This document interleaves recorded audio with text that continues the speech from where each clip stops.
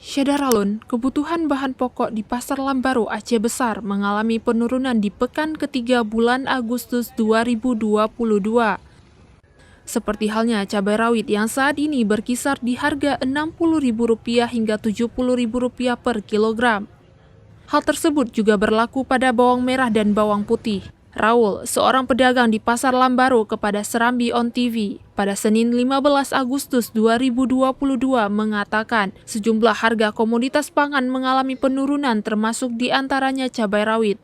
Untuk cabai rawit saat ini berkisar di harga Rp60.000 hingga Rp70.000 per kilogram, yang mana sebelumnya berada di harga Rp120.000 per kilogram. Sementara untuk harga tomat yakni Rp12.000 per kilogram. Bawang putih seharga Rp18.000 per kilogram, yang sebelumnya di harga Rp25.000 per kilogram.